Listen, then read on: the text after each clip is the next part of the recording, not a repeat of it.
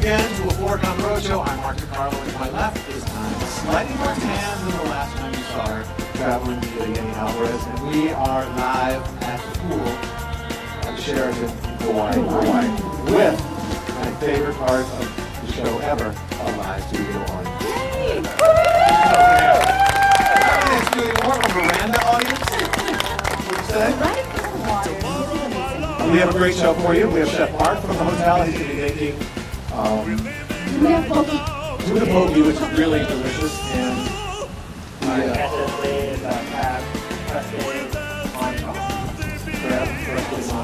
that's delicious. He's coming up. We also have the chief concierge of the hotel is here with us, Sheraton. And she's going to show everyone how to use concierge. A lot of people, I think, are a little intimidated to walk up to a concierge. You don't know how to interact with them. What do they do? They're like wizards. You don't really know what they do. Cheryl's going to explain it to us so that everyone can get more warm and fuzzy with the concept of the concierge. Just the idea of using a concierge. And then you are going to get a pool lesson from Lopaka. I'm excited about that. I've always wanted to learn. I've always wanted to learn how to hula, and now it's my time. Right. So this will be an authentic hula lesson from someone you're going to love to eat. A lot of history on the island. I think we're going to learn something. So to start the show, we thought we would do a native Hawaiian welcome. So please welcome Lopaka.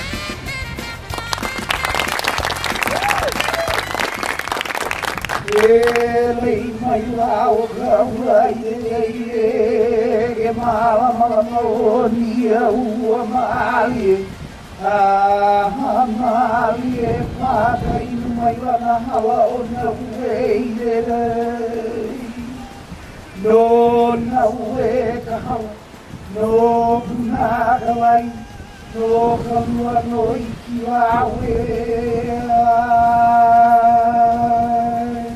Aloha. Aloha! I love it.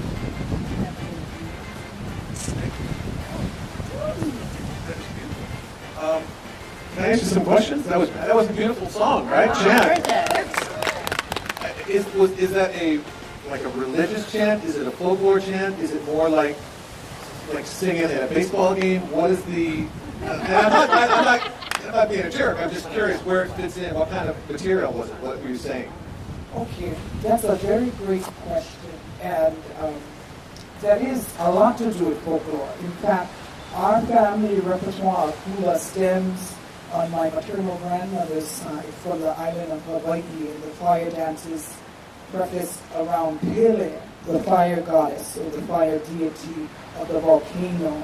And when she comes here to Kaua'i and finds her lover, Prince Lohiau Ipo'i Ha'ena, who lived on the north shore of Kaua'i, she leaves this place and looks off to the south leeward side of Kaua'i and sees Ni'ihau Island and Kaula and Nihoa and Lehua Island, and it reminds her of how the lake or the ocean surrounds those islands as if they were a lake. So, in esteem to that family line of hula, she offers up that chant.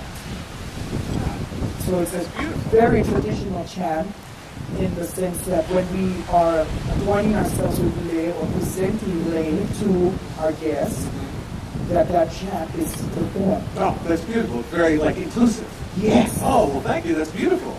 You're welcome. Thank you, Lopaka. Give Lopaka a hand. He's going to be back later on. And Yeni learns how to hula. Right now, we have a very special treat. Chef Mark from the hotel is here.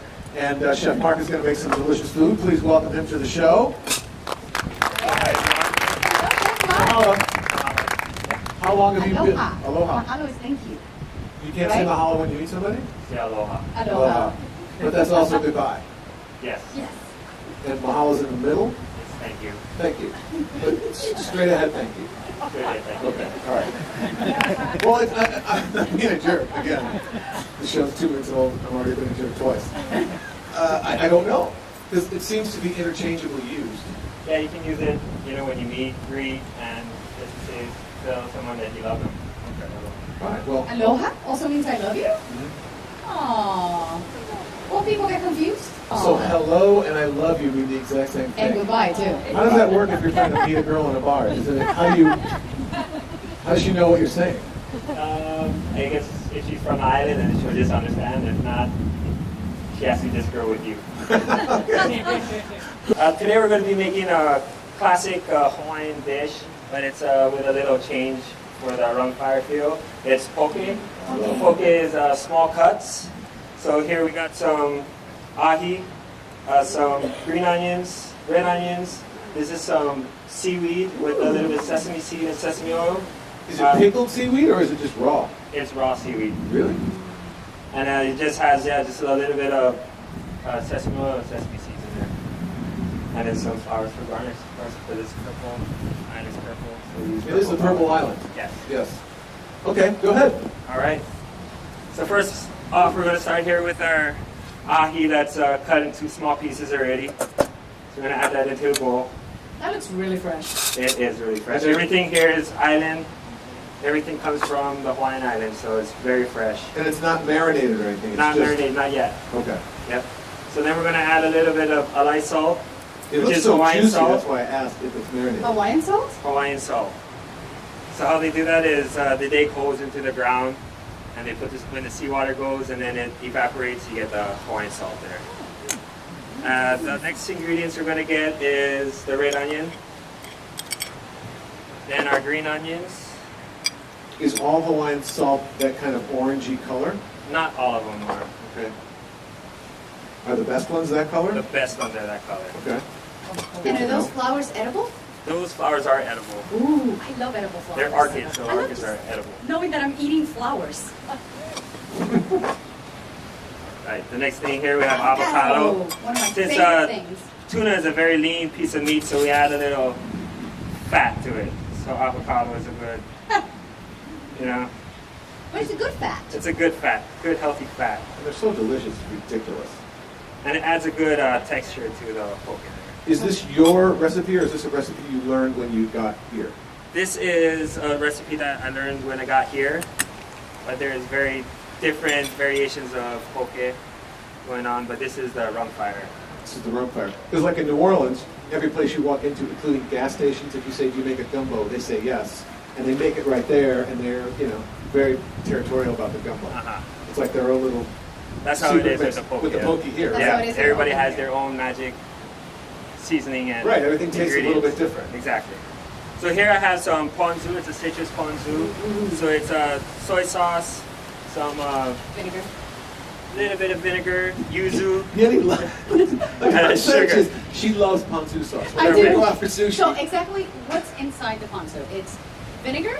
It's Sugar, oh, Yeah, that's what I vinegar, like. That's why it. you like it. yuzu, which is Asian citrus, and a little bit of lime juice in there. Yum.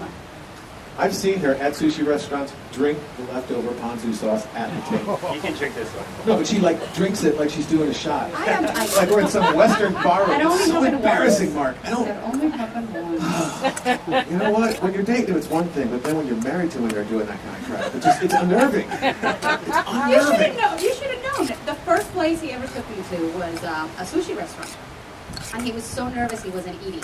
And I was looking I at him didn't have a going, are you gonna eat chance." that? Are you gonna eat that? I ate like 90% of the food. I'm not I like salads, but I'm not just gonna eat salad on a first date.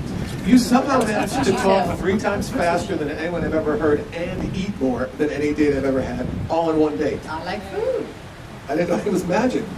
It's like, All right, so the next thing we're gonna do is just put this on the Seaweed. bottom like a bed. Yeah, make the seaweed a bed for the poke on the and top. again, that's not pickled or anything. That's just fresh. It's just so, fresh. Fresh raw seaweed. it looks the like only Dr. thing- Seuss seaweed. Look at it's like it's glowing. Very Yeah, green. it's a real vibrant color in there. You know what? The only thing about seaweed is that it gets stuck in your teeth. This one won't get stuck. You won't? I don't think so. Well, magic seaweed. All right, so I just put a ring mold there so presentation, make it all nice. We just add the poke in there. Oh, so that's how it comes packed so nicely. That's like how a it's little. done. A little ring Did mold. you, did you think it was just a coincidence? When it No, was I brought? didn't know how he made it. Oh. So I put a little ring thing, pour it in, and then you take the ring out, Just take the ring and it out. stays. It stays right like that.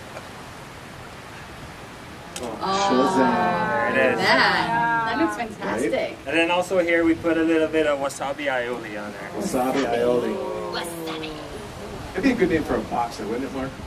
Sounds Like the Polynesian boxer, wasabi aioli. Wasabi aioli. Maybe an Asian Shit boxer. out of anybody. Can you want to go against wasabi aioli? I don't think so. Deadly wasabi aioli? No. All right, here we got some taro chips. So taro is Taro really chips native for to the the My friend Kaua'i Maggie culture. reads taro chips. He reads taro chips? She does, yeah. She'll tell your future. It's a different kind of taro. Yeah. So it's more like a Tarot potato cards. Oh, tarot cards, right. That, oh, I'm sorry, I got confused. And it gets Because I'm lost in looking at those translation things. with How can me. you tell anything about my future from looking at a potato chip? You can't. You can't do that. Not with this one. No, that's a different recipe.